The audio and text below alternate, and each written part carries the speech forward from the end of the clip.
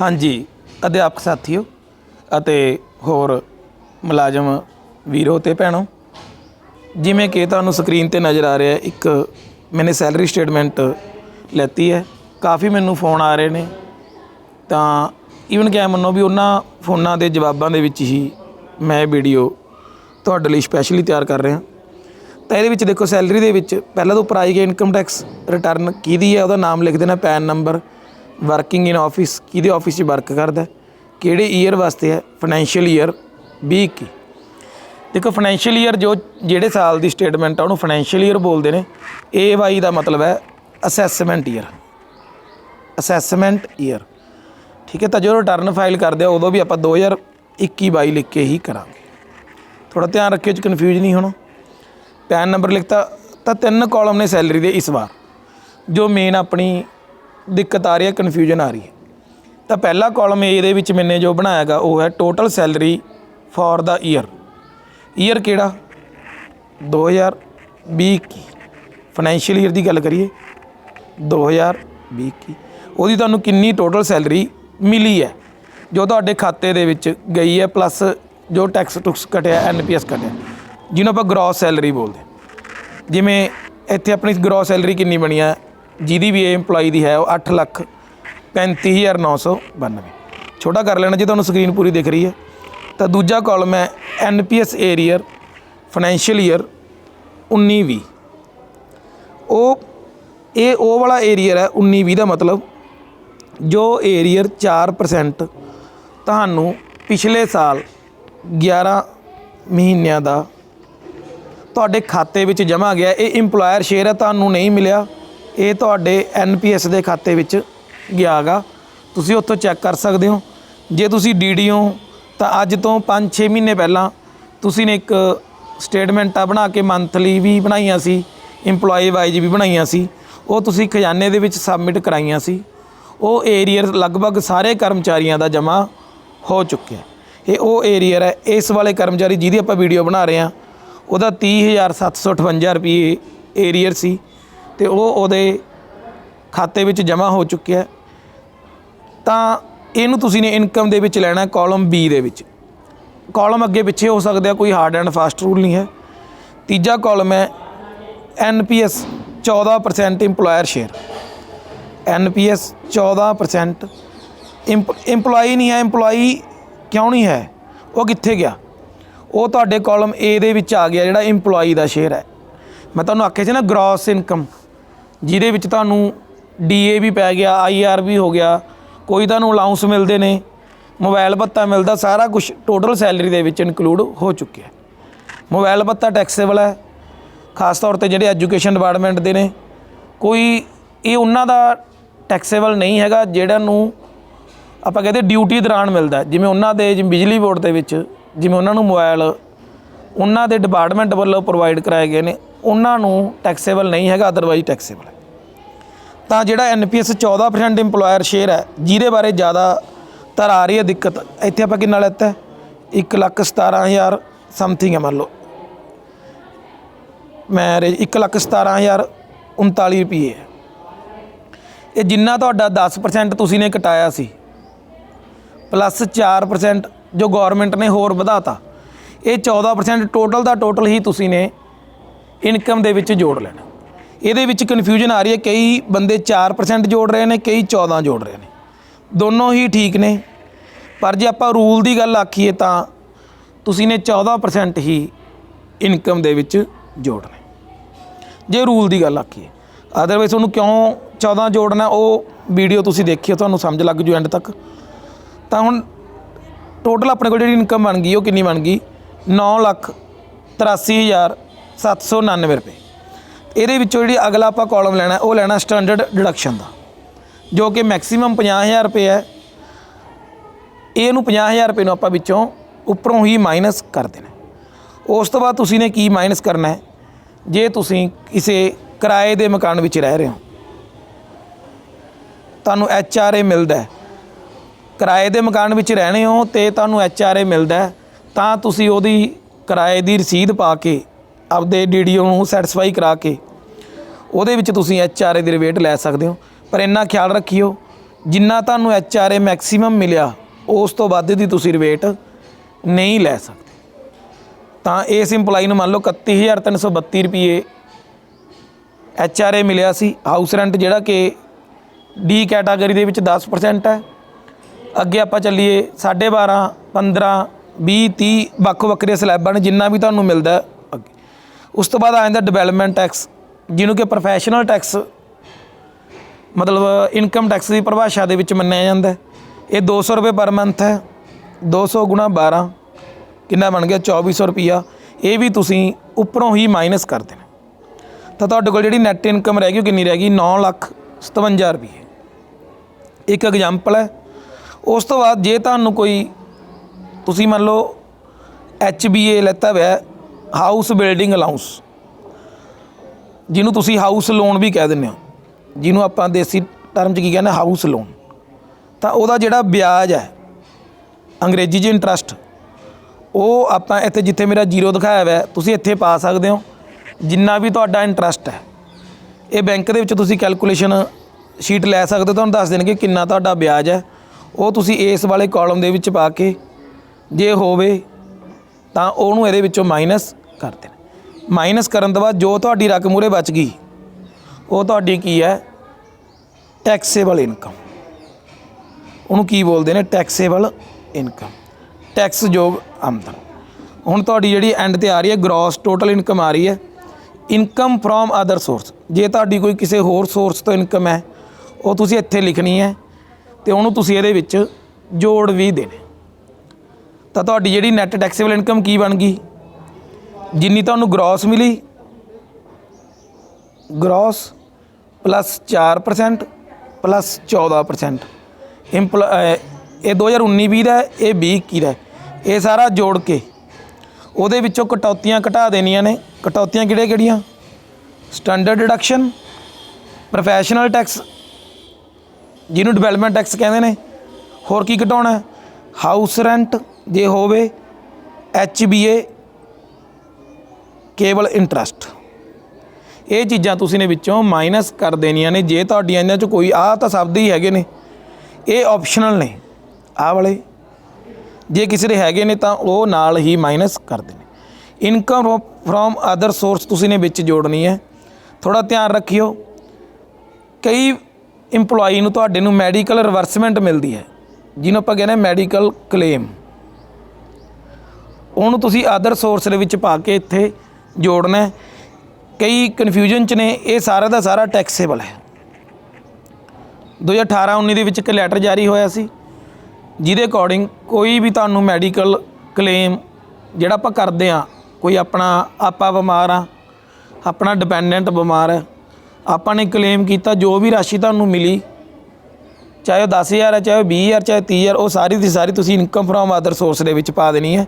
ਅਤੇ ਇੱਥੇ ਨਾਲ ਨੋਟ ਦੇ ਦੇਣਾ ਜਗ੍ਹਾ ਦੇ ਉੱਤੇ ਵੀ ਇਹ ਮੈਡੀਕਲ ਰਿਵਰਸਮੈਂਟ, ਉਹ ਤੁਸੀਂ ਨੇ ਵਿੱਚ ਜੋੜ ਦੇਣੀ ਹੈ। ਜੋੜਨ ਤੋਂ ਬਾਅਦ ਹੁਣ ਆਪਣੇ ਕੋਲ ਚੱਲ ਪਿਆ 80C। 80C ਦੇ ਵਿੱਚ ਦੇਖੋ ਮੈंने ਪਹਿਲਾਂ NPS ਲੈਤਾ। NPS ਉਰੇ ਜੇ ਕੋਈ ਕਰਮਚਾਰੀ GPF ਵਾਲਾ ਤਾਂ ਉਹਦਾ GPF ਲੈਣਾ, ਅਤੇ ਜੇ NPS ਵਾਲਾ ਤਾਂ NPS ਲੈਣਾ।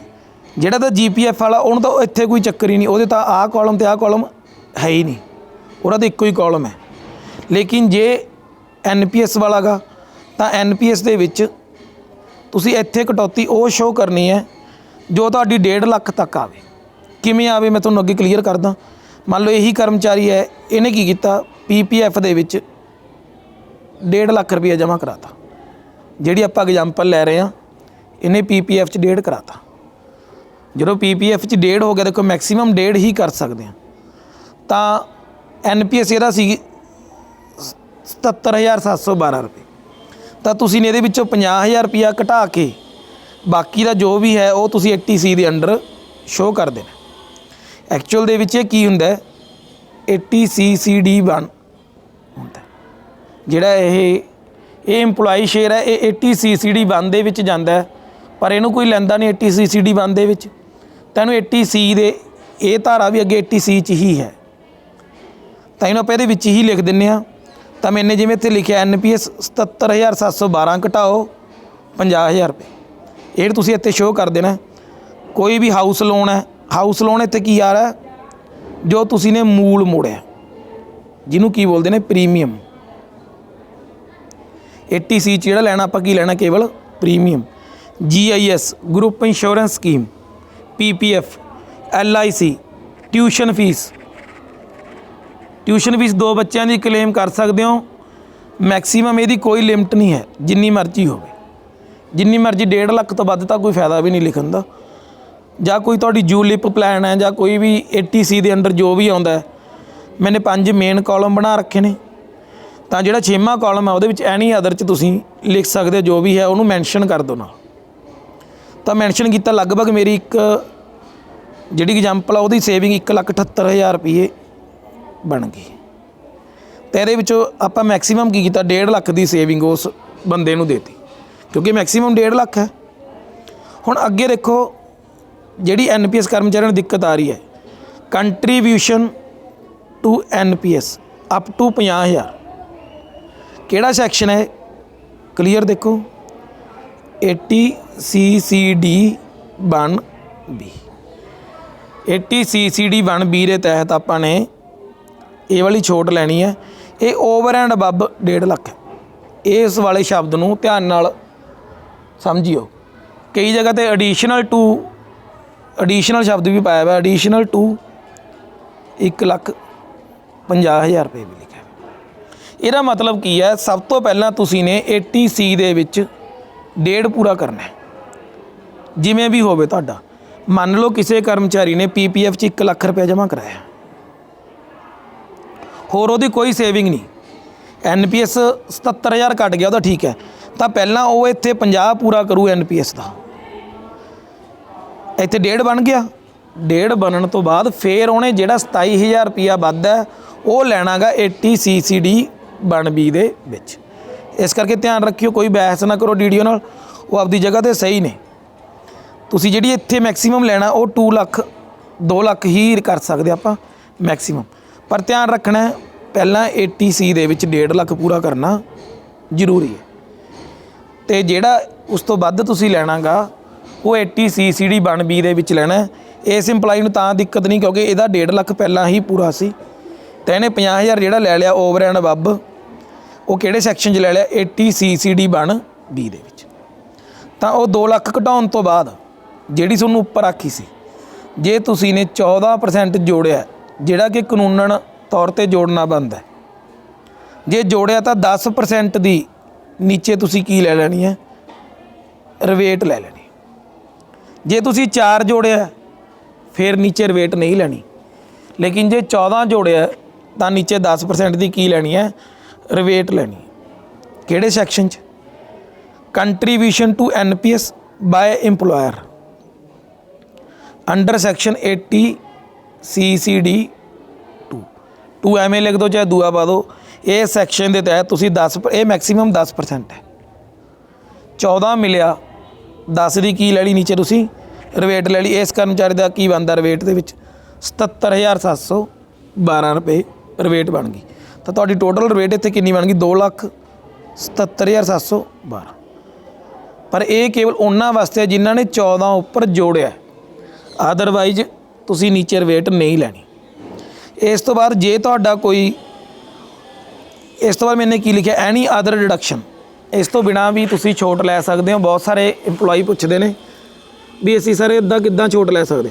ਤਾਂ ਇੱਕ ਸੈਕਸ਼ਨ ਹੈ 80U, ਇਹ ਕੇਵਲ ਹੈਂਡੀਕੈਪਟ ਲਈ ਹੈ, ਜੋ ਹੈਂਡੀਕੈਪ ਨੇ ਉਹ 75,000 ਰੁਪਏ ਦੀ ਇਹਦੇ ਵਿੱਚ ਛੋਟ ਲੈ ਸਕਦੇ ਨੇ। ਅਤੇ ਜੇ ਉਹਨੂੰ ਵੱਧ ਤੋਂ ਬਹੁਤ ਜ਼ਿਆਦਾ ਹੀ ਪ੍ਰੋਬਲਮ ਹੈ ਤਾਂ ਇਹ 1.25 ਲੱਖ ਤੱਕ ਛੋਟ ਮਿਲ ਸਕਦੀ ਹੈ। 2 ਸਲੈਬਾਂ ਨੇ, 75,000 ਅਤੇ 1.25 ਲੱਖ। ਜਿਹੜੇ ਆਪਣੇ ਇੰਪਲਾਈ ਵਰਕਿੰਗ ਨੇ ਉਹ 75,000 ਦੇ ਵਿੱਚ ਹੀ ਕਵਰ ਹੁੰਦੇ ਨੇ, ਇਸ ਲਈ ਜ਼ਿਆਦਾ ਸੋਚਣ ਦੀ ਲੋੜ ਨਹੀਂ। ਉਸ ਤੋਂ ਬਿਨਾਂ 80 TTA, ਇਹ ਜੇ ਕਿਸੇ ਨੇ ਸੇਵਿੰਗ ਦਾ ਵਿਆਜ ਸ਼ੋਅ ਕੀਤਾ, ਇਨਕਮ ਫਰੋਮ ਅਦਰ ਸੋਰਸ, ਤਾਂ ਕਰਨਾ, ਅਦਰਵਾਈਜ਼ ਇਹਨੂੰ ਕਰੋ ਨਾ। ਅਤੇ ਹਾਊਸ ਰੈਂਟ ਹੈ, ਇਹ ਆਪਣੇ ਮੁਲਾਜ਼ਮਾਂ ਵਾਸਤੇ ਨਹੀਂ ਹੈ, ਕੁਛ ਇੰਪਲਾਈ ਜੋ ਫੈਕਟਰੀਆਂ ਵਗੈਰਾ ਜੋਬ ਕਰਦੇ ਉਹਨਾਂ ਵਾਸਤੇ 60,000 ਦੀ ਇਹਦੀ ਲਿਮਟ ਹੈ। 80E, ਜੇ ਕਿਸੇ ਨੇ ਐਜੂਕੇਸ਼ਨ ਲੋਨ ਲੈਤਾ ਹੋਇਆ ਆਪਦੇ ਬੱਚੇ ਵਾਸਤੇ, ਉਹ ਇਹਦੀ ਵੱਖਰੀ ਛੋਟ ਲੈ ਸਕਦਾ। ਪਲੱਸ 80D, 80D ਕੀ ਹੈ, ਆਪਾਂ ਆਮ ਸਮਝਦੇ ਮੈਡੀਕਲ ਪॉलिसी लिख दो अंग्रेजी च। जे किसी ने अपनी कोई पॉलिसी वगैरह करा रखी है, हैल्थ पॉलिसी बीमा वगैरह करा लेंगे ने, तो ये 25,000 रुपये मैक्सीमम तुम ये 80D की छूट लै सकते हो। प्लस हैल्थ प्रिवेंशन वास्ते तुम 5,000 तक होर भी छूट ये क्लेम कर सकते हो। तो उस तो बाद जो तुहाडी इनकम बच गई 6,22,345 रुपये, ये उत्ते टैक्स लाना। टैक्स की जी पहली स्लैब है वो 2.5 लाख तो 5 लाख तक है, 5%, 12,500 रुपये बनना ही बनना है। जिहड़ा 5 लाख तो जिहदी आमदन उपर है, जिहदी आमदन 5 लाख तो वध है, उन्होंने तो ऐ मनो 12,500 तो घट्टो घट्ट पै ही गया। बाकी जिन्ना ही 5 लाख तो उपर है वो कितना लगना है, 20% अप टू 10 लाख। तो 10 लाख तो जो वध है तो फिर कितना लगना उन्होंने, 30%। समझ लग गया? ओके, ये हिसाब नाल टैक्स कैलकुलेशन कर लेनी है। तो इस बंदे की टैक्स कैलकुलेशन की कितना बन गया, 36,969 रुपये इसका टैक्स बन गया। इसके उत्ते बाद चों की लगना, 4% एजुकेशन सैस लगना। इनू बोलते एजुकेशन सैस। ये 4% लग गया, 1,479 रुपये। जिन्हों ये इकट्ठा ला दो, भावें दी ब्रेक करके लाना 1%, तो वो सैकेंडरी इकट्ठा ही ला दो, कोई दिक्कत च ना फसो। ये तुसीं इत्थे ला के की बनदा 38,448 रुपये। तो इन्ना ये वाले सर का टैक्स बन गया। मान लो कुलदीप सिंह का टैक्स बन गया 38,448 रुपये। एक होर ये तुहाडे लई एक खुशखबरी ये है, जिहड़े कर्मचारी दी आमदन 5 लाख तो घट है, मान लो तुहाडी सारा कुछ कर करा के सेविंग करके ATC करके बाकी आमदन कितनी बच गई, 5 लाख तो घट बच गई, तो तुसीं ने पहलां इत्थे कैलकुलेशन कर लेनी है आ जगह ते जिथे मैंने 12,500 लिखे। मान लो थोड़ी 11,469 आ गई, तो तुसीं यही आमदन नूं 17 नंबर कॉलम दे विच किहड़े सैक्शन च रिलीफ लै लैनी है, 87 ए दे विच तुसीं ने उहदी रिलीफ लै लैनी है। ये मैक्सीमम 12,500 है, पर केवल कदों जदों तुहाडी इनकम 5 लाख तो घट है उदों। मैंने इत्थे 0 क्यों लिखिया, क्योंकि कुलदीप जी की आमदन 5 लाख तो वध है, घट है ही नहीं। तो ये वाले कर्मचारी ने पहला 27,500 रुपये टैक्स कटाता, 2,500 रुपये पर मंथ कटा रहा सी। 11 महीनों के विच इन्होंने 27,500 रुपये कटाते से। तो बकाया किन्ने बच गए, 10,948 रुपये बकाया बच गए, जिहदा राउंड फिगर कितना बनता है, 10,950 रुपये। तो इन्हों की DDO ने इन्हों का कितना टैक्स कट लिया, 11,000 रुपये राउंड फिगर च करके। 50 रुपये इन्हों का रिफंड बनता, 50 रुपये 100 तो घट रिफंड वापस नहीं आता, इस करके आपका देख के कटाई। नीचे सर्टिफिकेट देता, इत्थे सिग्नेचर हो जाएंगे इंपलाई दे, नीचे नेम आ जाऊगा, नीचे डेजिग्नेशन, नीचे ऑफिस का नाम, किहड़े ऑफिस दे विचों काम कर रहे। उम्मीद है भी मेरी वीडियो तुहानूं समझ लग जू। 4% जे किवें चैक करना किवें नहीं चैक करना, उहदे रिगार्डिंग तुसीं मेरी प्रीवियस वीडियो जिहदा लिंक तुहानूं डिस्क्रिप्शन बॉक्स 'ਚ मिल जूगा, वो देख लियो। तो होप सो अच्छा लग्या हो तुहानूं। जे तुसीं नहीं सबसक्राइब किया तो चैनल भी सबसक्राइब कर लियो। Thank you.